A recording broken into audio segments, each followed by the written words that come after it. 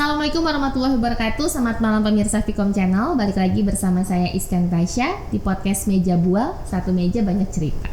Nah, pada malam hari ini saya sudah bersama dengan Pak Andi Kurniawan, SKM MPH selaku Kabid Kesehatan Masyarakat Dinas Kesehatan Provinsi Kepulauan Riau. Assalamualaikum Pak.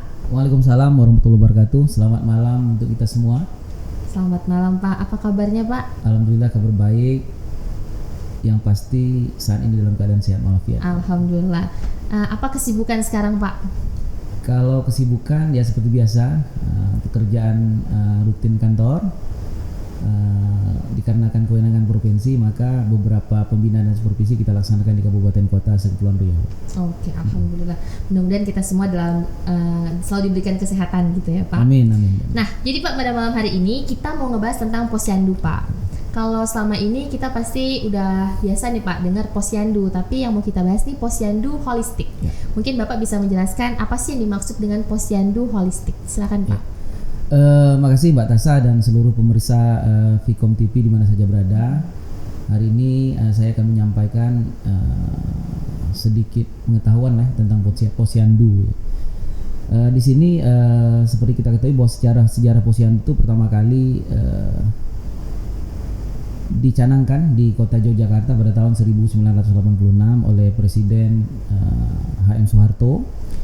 Waktu itu posyandu dipandang sebagai wadah kesehatan masyarakat, di mana salah satu penggeraknya adalah kader-kader posyandu. Dengan hadirnya posyandu ketika itu sangat membantu pemerintah, khususnya di Kementerian Kesehatan dan Dinas Kesehatan, bahwa keberadaan posyandu itu menopang segala aspek pembangunan kesehatan, dikarenakan konsep posyandu itu pada intinya adalah dari masyarakat, untuk masyarakat, oleh masyarakat dan bersama masyarakat. Artinya semua yang terjadi, apapun pelayanan yang dibuat oleh masyarakat di situ tentunya tidak terlepas dari aspek-aspek kesehatan dan juga aspek-aspek edukatif di dalamnya, khususnya yang bersentuhan langsung dengan kesehatan masyarakat. Jadi oleh karena itu bahwa posyandu ketika itu secara normatif sudah berjalan sejak tahun 86, akan tetapi dengan berbagai perubahan, dengan berbagai dinamika yang ada, maka posyandu itu terus berkembang. Dari yang dulunya mungkin kita melihat pelayanannya hanya fokus pada pelayanan bayi, kemudian balita, ibu hamil ya. Sekarang sudah mengarah kepada seluruh lintas program, terutama yang berbasis siklus hidup. Kalau kita berkaca pada konsep posyandu holistik itu tidak terlepas dari bagaimana posyandu itu sudah menjalani program-program kesehatan berbasiskan siklus hidup. Siklus hidup itu artinya posyandu itu dilaksanakan berdasarkan rangkaian usia hidup manusia. Pertama barangkali pelayanan pada balita ya, 0 sampai 59 bulan, artinya 0 sampai 5 tahun. Nah, di dalam pelayanan tersebut tentunya tidak terlepas dari bagaimana kita melihat pertumbuhan dan perkembangan anak-anak kita dari usia 0 sampai 5 tahun. Kemudian dari 5 tahun ke atas tentunya kita tidak terlepas juga namanya perkembangan anak itu kan ada ke prasekolah ya, kemudian sekolah, remaja, sehingga kita tidak tertutup kemungkinan bahwa layanan itu juga sudah mengarah kepada pelayanan remaja. Di posyandu itu. Jadi pelayanan remaja itu tentu tidak terlepas dari pelayanan kesehatan terhadap remaja terkait pertumbuhan dan perkembangan remaja, terutama anak-anak perempuan usia remaja yang saat ini memang lebih banyak kita fokuskan pada pemberian ataupun peningkatan kualitas pemberian tablet tambah darah dalam rangka memastikan bahwa anak-anak kita khususnya remaja putri itu tidak terpapar anemia. Kemudian yang ketiga, pelayanan juga tertuju pada pelayanan kesehatan usia produktif. Artinya pelayanan kita sudah merambah kepada penduduk berusia 15 sampai 59 tahun. Artinya dewasa ya Pak? Ya, dari remaja mungkin dewasa ya, kemudian usia kerja. Nah, karena kan di usia-usia itu tentunya usia produktif pasti berhubungan dengan pekerjaan. Jadi bisa jadi pembinaan yang kita berikan itu tidak terlepas dari upaya-upaya kesehatan kerja, upaya-upaya keselamatan kerja yang terjadi. Kemudian juga kita tidak terlepas dari upaya pemeriksaan faktor risiko penyakit yang berhubungan dengan penyakit tidak menular, ya, kemudian penyakit menular, kemudian penyakit-penyakit yang mungkin saat ini sebagaimana perkembangan ilmu pengetahuan dan teknologi sudah juga mengarah kepada gangguan jiwa. Nah, kemudian dari usia produktif setelah sampai usia 59 tahun, maka kita berharap di usia 60 tahun ke atas pelayanan itu sudah juga merambah kepada pelayanan kesehatan lansia atau lanjut usia. Jadi yang dinamakan posyandu holistik tadi, saya ulangi sekali lagi bahwa serangkaian layanan-layanan yang dijadikan satu, khususnya layanan yang berbasis siklus hidup dari usia anak sampai usia lansia. Gitu Mbak, ya. Cukup lengkap ya Pak penjelasan tentang posyandunya. Nah, tapi saya mau nanya nih Pak, kalau buat posyandu holistik sendiri ini di Kepri seperti apa, khususnya di Tanjung Pinang Pak? Ya, untuk Kota Tanjung Pinang memang saat ini kita sedang mengembangkan ya, karena konsep-konsep posyandu holistik ini tidak serta-merta bisa kita laksanakan dengan sedemikian rupa. Tentu perlu persiapan-persiapan, kemudian perlu koordinasi, perlu sinkronisasi program, kegiatan agar kegiatan ini bisa berjalan dengan baik. Pasti kita semua ingin yang terbaik untuk masyarakat, terutama bagaimana kita membuat masyarakat kita selalu sehat, terutama bagaimana juga masyarakat bisa secara mandiri menerapkan perilaku hidup bersih dan sehat melalui wadah-wadah posyandu. Jadi oleh karena itu memang dalam rangka menguatkan layanan posyandu khususnya untuk holistik ini, kita melibatkan rekan-rekan lintas program. Jadi kalau dulu kan posyandu normatif itu kan hanya bersifat layanan yang saya sampaikan di awal tadi, bayi, balita, ibu hamil, maka sekarang sudah harus merambah kepada sektor-sektor yang lain. Artinya sudah mengarah kepada usia anak, ya, usia remaja, ya, kemudian dewasa, usia produktif dan lansia.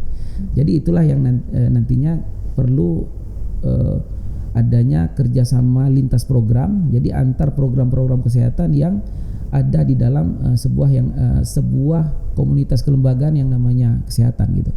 Ya. Oke. Tapi tadi balik lagi Pak, kalau misalnya di Kepri sendiri tuh udah ada belum Pak posyandu yang holistik ini? Ya, kalau saya melihat dari data yang ada sementara ini memang dari Kabupaten Bintan ya sudah ada beberapa sudah ada. Kemudian dari Natuna juga ada. Akan tetapi kami masih dalam proses pengembangan data, karena kalau kita mengartikan dia posyandu holistik tentu tahapan-tahapan yang tadi sudah harus dilaksanakan gitu. Jadi tidak hanya juga kalau bisa kadang-kadang orang mengatakan kami sudah melaksanakan posyandu holistik terintegrasi, tentunya mungkin baru melaksanakan dari usia siklus hidup antara usia anak dan usia remaja saja. Sementara yang lansia, dua usia tadi tidak terakomodir menjadi satu gitu. Itu juga saya pikir masih perlu kita perkuat supaya strategi dalam rangka kita membuat posyandu holistik ini semakin terbina dengan baik, tentunya dengan pembinaan dan penguatan advokasi tentunya Mbak ya. Oke, berarti Pak kalau misalnya holistik ini kan berarti semakin banyak nih Pak, siapa aja yang bisa ke posyandu gitu. Boleh, berarti ya, kan otomatis dari posyandunya sendiri kader-kadernya juga apakah harus bertambah atau pengetahuannya yang di-upgrade atau seperti apa ya, Pak? Intinya kalau persoalan pengembangan program tentunya perlu kita tingkatkan kapasitas. Kapasitasnya ya, satu, jadi kita harus memberikan semacam sosialisasi, ya, kemudian orientasi, kemudian sejenis workshop pencatatan pelaporan yang mentasbihkan bahwa setiap layanan pengembangan tadi bisa diterima dengan baik oleh para pelaksana, salah satunya ibu-ibu kader posyandu, kemudian termasuk tenaga kesehatan saya pikir. Karena dengan perkembangan ilmu dan teknologi sekarang tidak serta-merta bahwa hanya kader yang akan mendapatkan peningkatan kapasitas, tapi petugas juga penting agar terjadi keseimbangan antara yang punya desain program dengan yang pelaksana program. Nah, gitu. Jadi paling tidak ada semacam penguatan sistem yang harus terpadu antara peningkatan kapasitas kader dan juga peningkatan kapasitas petugas selaku pembina Posyandu.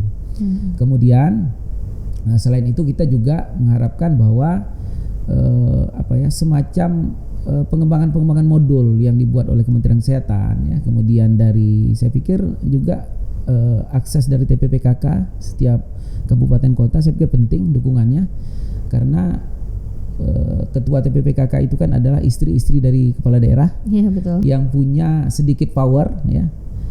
Saya pikir bukan sedikit lah, hampir setengah power ya. Banyak karena, berarti. iya banyak ya. Karena sering berhadapan dengan Bapak Bupati dan Bapak Wali Kota ya, atau kepala-kepala daerah yang lain yang mungkin punya power, kalau memang tidak bisa secara program mungkin bisa berundingan di rumah Mbak agar programnya bisa berjalan dengan baik kan. Tentunya kan tujuan kita kan adalah dalam rangka meningkatkan kesejahteraan masyarakat, terutama bagaimana memastikan bahwa sasaran-sasaran berdasarkan siklus hidup tadi yang mendapatkan layanan di Posyandu itu bisa terwujud, bisa mendapatkan Manfaatnya ke manfaatnya masyarakat. ya, hak mendapatkan pelayanan kesehatan tentunya, kemudian hak mendapatkan edukasi pendidikan dan sebagainya.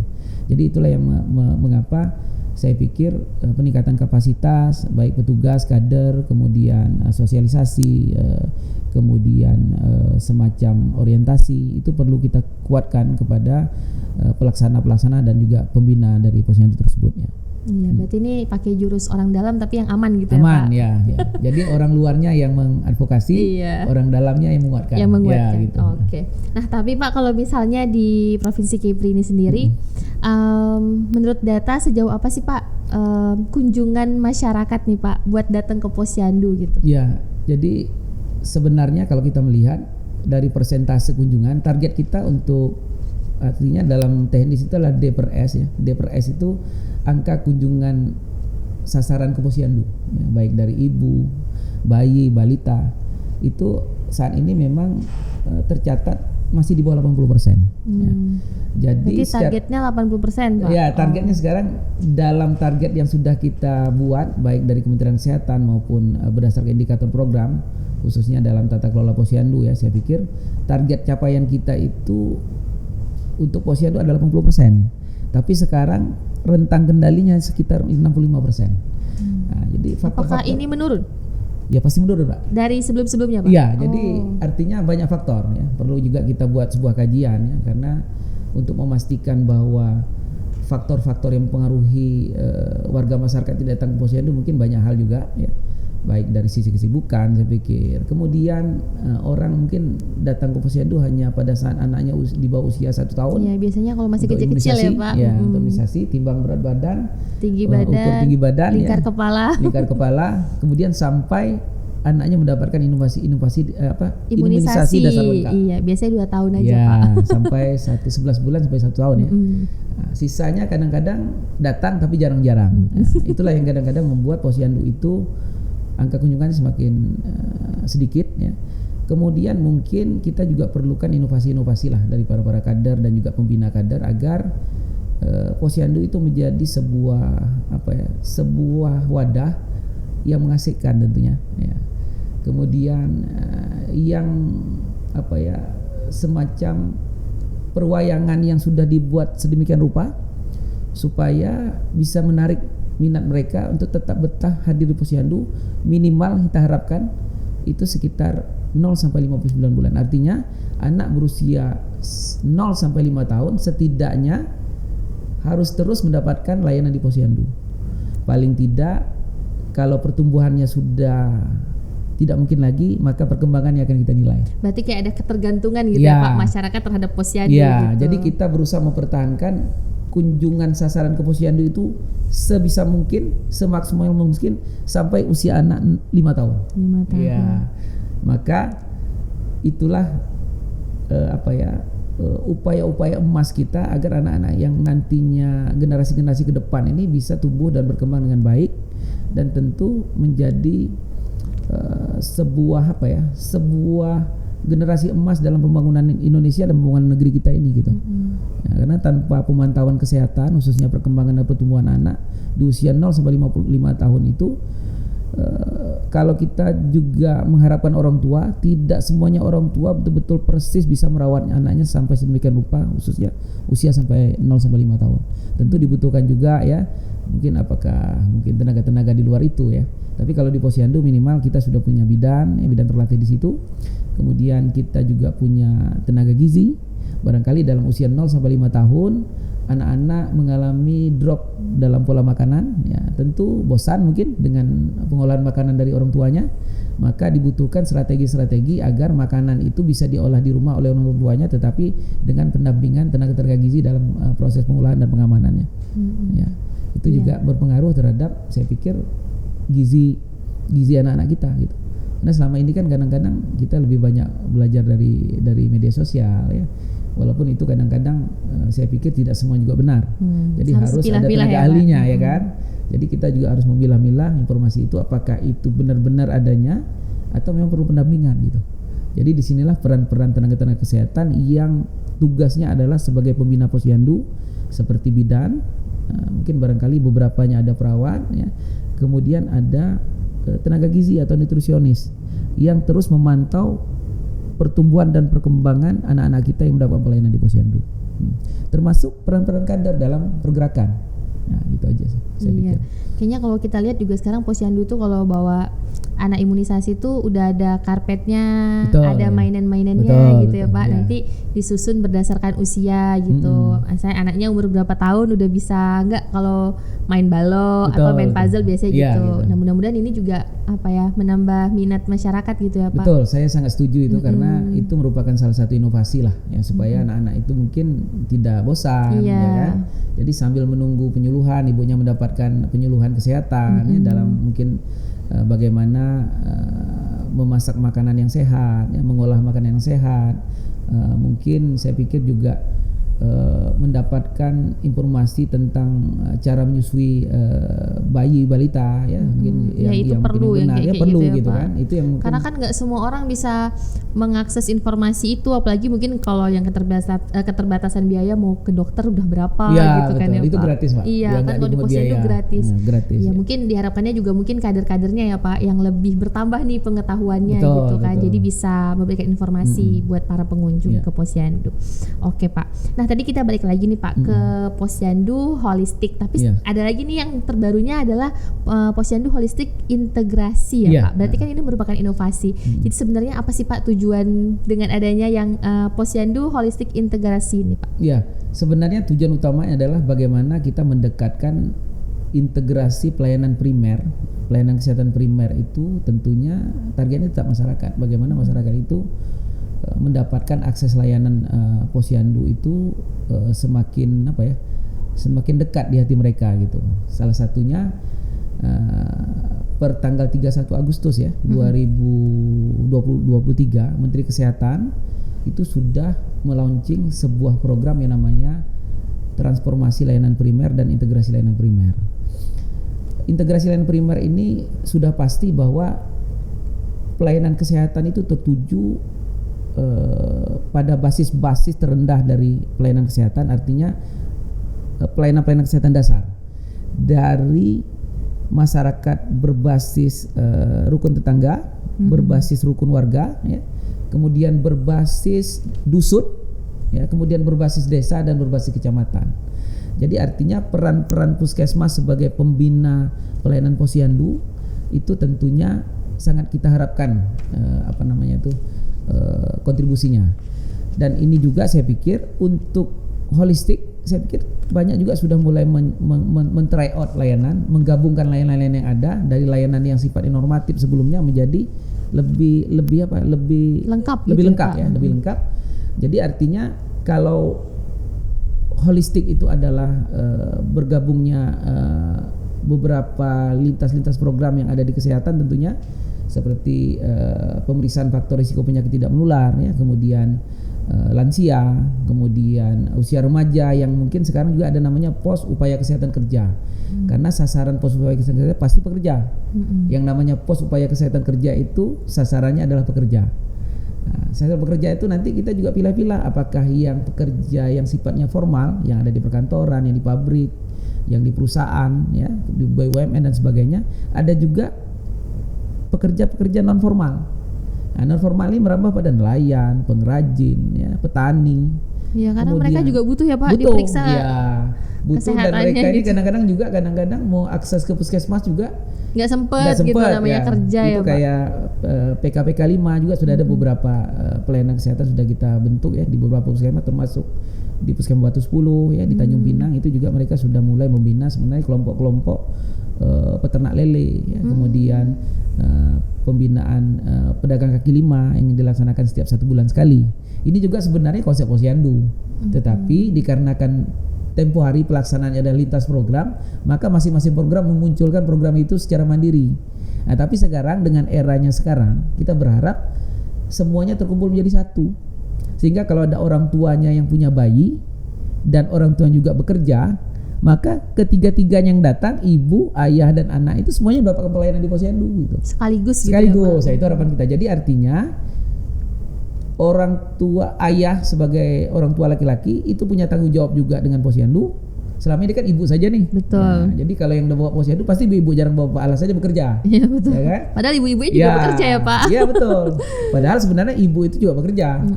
Kadang-kadang kalau nggak sempat ibunya membawa bayinya ke posyandu, mau nggak mau ya yang jaga anaknya yang disuruh gitu. Kalau nggak neneknya lah Pak. Atau neneknya minimal kan gitu. Jadi tiap bulan ini antar ya ke posyandu. Jadi artinya juga yang paham persis tentang anaknya justru nanti yang bawa anaknya ketimbang ibunya. Nah, jadi sesekali kita berharap ibu-ibu juga bisa datang ke posyandu, menyempatkan hadir bersama ke posyandu. Dan kalau memang kalau ada hal yang kurang dipahami terkait perkembangan anak, pertumbuhan anak, bisa ditanyakan ke petugas-petugas kita yang ada di posyandu. Kemudian kita kan dari posyandu holistik ini kenapa dikatakan kita berharap ke depan itu integrasi adalah dengan dicanangkannya itu transformasi layanan primer dan integrasi pelayanan primer. Kalau bahasa primer pasti pelayanan kesehatan dasar. Jadi artinya kita berharap adanya penguatan layanan dari hilir ke hulu. Artinya kalau kita bicara hilir berarti di layanan paling dasar sampai ke tingkat atas. Jadi kita perkuat dulu di tingkat hilir ini, di tingkat dasar sampai nantinya ke tingkat kabupaten kota, ke tingkat provinsi hingga ke tingkat nasional. Nah, jadi kita perkuatkan dari RT, RW, dusun, desa, kelurahan, kecamatan. Primer stop sampai di situ, ya kan? Nah, kalau memang nanti kita bicara untuk rujukan dan sebagainya, maka dia akan bergeser ke kabupaten, ya, kemudian ke provinsi hingga ke level nasional, termasuk ke level regional. Nah, kemudian untuk terintegrasi, kalau tadi semua pelayanan itu yang dikatakan holistik itu adalah bergabungnya semua layanan berbasiskan siklus hidup, maka kalau terintegrasi semua layanan sosial dasar yang ada di lembaga ataupun organisasi perangkat-perangkat daerah seperti dinas pendidikan, ya, kemudian dinas sosial, ya, kemudian dinas koperasi dan UMKM, itu juga bisa memberikan layanan-layanan berbasis berbasis layanan sosial dasar tadi yang mungkin ada di kantor-kantor mereka, bisa juga mereka bergabung di wadah posyandu.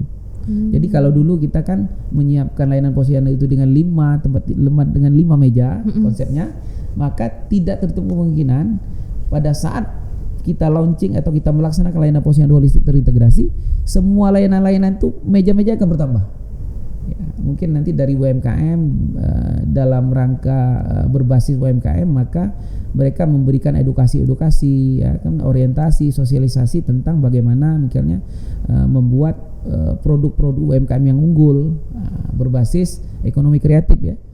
Tidak semua kan, kalau kaum ibu ini kan biasanya kalaupun di rumah kadang-kadang kan bisa bikin kue, ya, mungkin bisa bikin kerupuk, keripik, ya, macam-macam, ya. Kemudian perangkat oleh-oleh yang mungkin bisa dikemas dengan baik, tapi melalui wadah itu bisa tersosialisasi gitu, bisa dibina, dan nantinya kita berharap dengan mendapatkan pengetahuan seperti itu, ibu-ibu ini mampu mengembangkan produk-produk yang ada di rumahan mereka. Nah, jadi artinya selain mereka membawa anak-anaknya menimbangkan berat badannya, mengukur lingkar perutnya, lingkar lengannya, ya, juga mereka mendapatkan informasi tentang produk-produk UMKM. Nah, kalau kita bicara mungkin dari dinas arsip, ya, dari budaya literasi, ya, saya pikir sekarang kan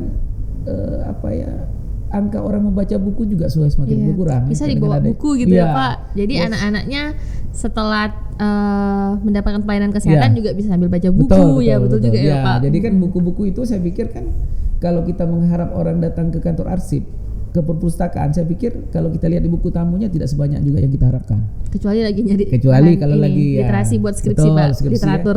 Ya ada waktu-waktu ya kalau skripsi, tesis kan ada waktu-waktunya kan. Tidak juga setiap hari ya. Paling-paling semester 7 ya, semester 8. Nah, tapi ini kita berharap dengan dibukanya Posyandu Holistik terintegrasi, maka rekan-rekan dari kantor arsip itu juga bisa membuka meja di situ.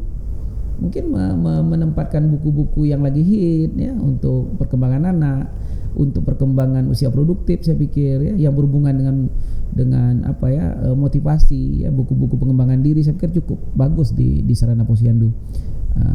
Lagi pula kan di Posyandu itu akan berkumpul banyak orang ya, artinya sasarannya setidaknya bisa menambah sasaran orang yang datang berkunjung untuk membaca buku atau budaya literasi. Kemudian dari Dinas Pendidikan saya pikir kan banyak juga nih ya soal pendidikan nih yang harus diberikan pemahaman kepada masyarakatnya terkait mungkin bagaimana anak-anak kita ini dari SMP masuk ke SMA, seperti apa jalur-jalurnya.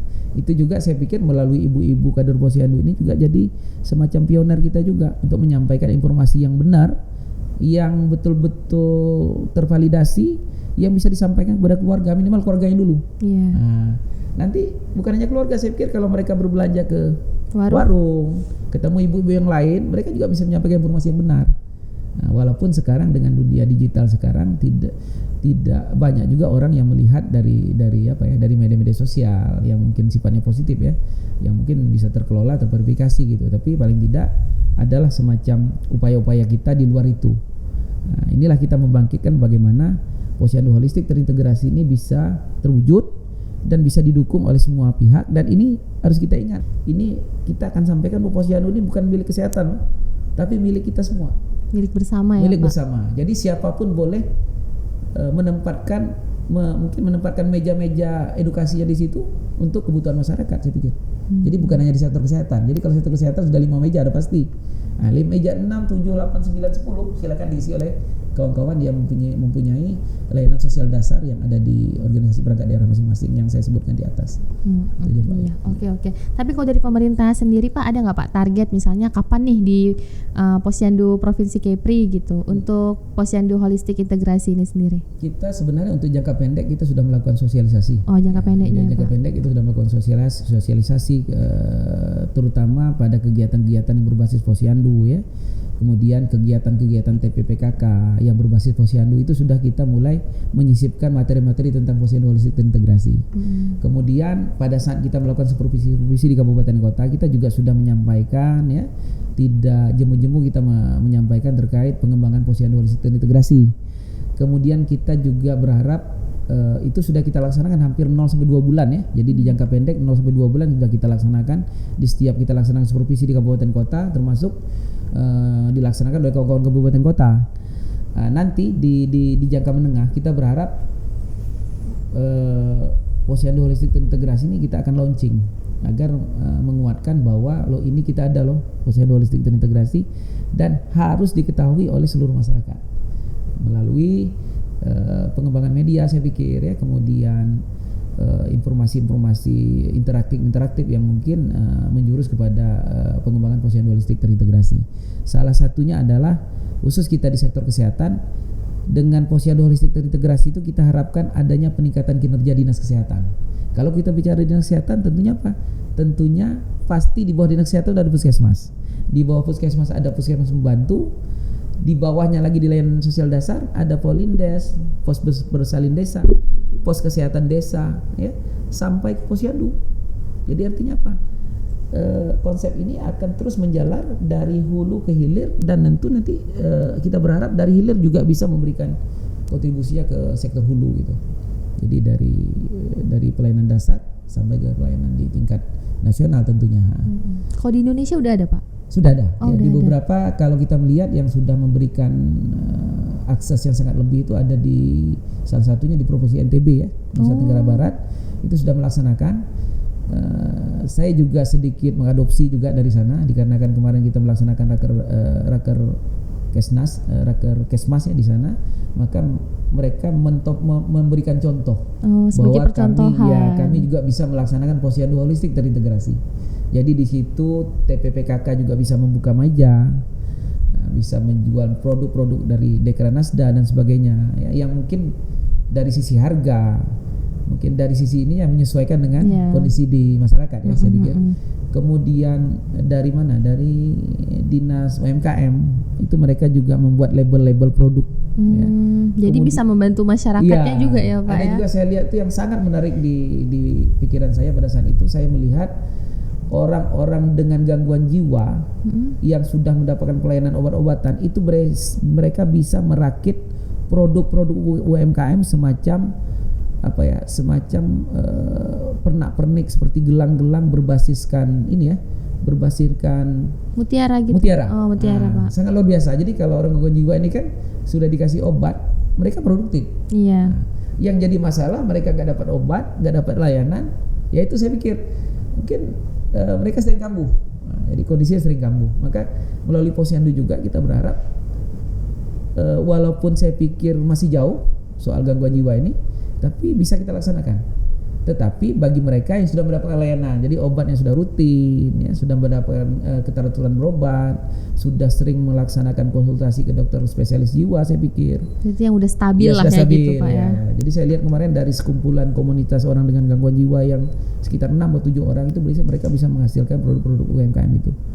Luar biasa. Kalau UMKM itu bisa dihasilkan di situ, maka tugas dari Dinas Koperasi dan UMKM sudah sedikit berkurang dan mereka hanya menyiapkan labelisasi. Nah, jadi agar produk yang dihasilkan dengan orang dari gangguan jiwa tadi diserahkan ke kader hasilnya, maka kader akan mengkomunikasikan hasil produksi tadi kepada kawan-kawan UMKM, bisa nggak dibuat label-label yang menarik, nah, sehingga daya jualnya juga akan semakin tinggi. Ya. Dan itu saya pikir sangat luar biasa ya. Itulah maksud dari bagaimana pemerintah itu membuat konsep dari posyandu yang dulunya normatif kemudian masuk ke holistik, maka sekarang kita berharap bisa terintegrasi. Jadi semua layanan sosial dasar yang ada di lembaga dan organisasi perangkat daerah itu bisa kita laksanakan di dalam wadah yang namanya posyandu. Gitu. Iya, oke, terima kasih banyak Pak atas penjelasan yang mudah-mudahan habis ini masyarakat semakin paham gitu ya Pak. Kenapa harus ke posyandu gitu betul, ya. Nah mungkin terakhir Pak, kami persilakan Bapak, mungkin ada yang ingin disampaikan ke masyarakat, mungkin ajakan tadi mengingat data bahwa menurun angka minatnya masyarakat ke posyandu, mungkin bisa mengajak lah gitu Pak. Silakan. Terima kasih untuk seluruh masyarakat Kota Tanjung Pinang dan Kepulauan Riau yang bisa mengakses siaran TV ya, Vkom tentunya. Kita berharap sayangilah posyandu, karena di posyandu itu banyak layanan yang kita dapatkan, khususnya terkait pertumbuhan dan perkembangan anak-anak kita ya. Kemudian ke depan kita berharap juga seluruh masyarakat dengan usia-usia remaja juga bisa mendapatkan layanan di posyandu. Kemudian di posyandu juga pengembangannya ke depan masyarakat atau penduduk berusia produktif antara 15 sampai 59 tahun juga mendapatkan layanan sesuai dengan kapasitas usianya. Kemudian di situ juga akan termerger satu layanan yang namanya pelayanan kesehatan usia lanjut. Artinya orang-orang tua kita ya, sesepuh-sesepuh kita ya, cerdik pandai kita, tokoh ulama-ulama kita juga bisa mendapatkan layanan lansia itu agar bisa mendapatkan pelayanan kesehatan dan pelayanan sosial dasar lainnya. Jadi bukan hanya pelayanan kesehatan di posyandu itu, kita harap ke depan semua unsur-unsur yang terlibat ini harus menyayangi posyandu, menganggap bahwa posyandu itu bukan hanya milik kesehatan tapi milik masyarakat dan milik kita semua. Jadi kalau sudah bicara masyarakat, tentunya ada komunitas di situ, ada kelompok-kelompok tertentu, ada lintas program terkait program-program yang ada lintas sektor yang nantinya pasti akan membutuhkan yang namanya pergerakan dari kader posyandu. Layanan di posyandu tentu tidak lain dan tidak bukan bagaimana kita berupaya meningkatkan derajat kesehatan masyarakat dan kesejahteraan masyarakat, baik dalam sisi kesehatan, pendidikan, ya, UMKM, ya, dalam rangka menguatkan basis-basis ekonomi kemasyarakatan, kemudian pendidikan, Ya, kemudian ada lagi mungkin saya pikir literasi budaya-budaya baca, saya pikir bisa kita laksanakan di Posyandu. Tentu dengan Posyandu yang nanti yang saat ini hingga beberapa waktu yang akan datang akan bertransformasi dari Posyandu yang dulunya normatif saja, maka akan bertambah layanan holistik dan terintegrasi. Holistik berbasis siklus hidup, terintegrasi adanya keterpaduan program antara program kesehatan dan program yang mengedepankan layanan sosial dasar lainnya. Itu saja yang dapat saya sampaikan. Mari kita datang dan kunjungi Posyandu kita. Semoga Posyandu di Kota Tanjung Pinang ya dan di seluruh Kepulauan Riau bisa disayangi oleh seluruh masyarakat. Amin ya rabbal alamin. Amin ya rabbal alamin. Baik, terima kasih banyak waktunya Pak Andi Kurniawan. Semoga apa yang kita sampaikan pada hari ini tuh bermanfaat ya Pak buat masyarakat Tanjung Pinang. Oke pemirsa, itu aja yang kita bisa sampaikan pada malam hari ini. Sampai ketemu di episode selanjutnya hanya di Vkom Channel. Wassalamualaikum warahmatullahi wabarakatuh. Waalaikumsalam.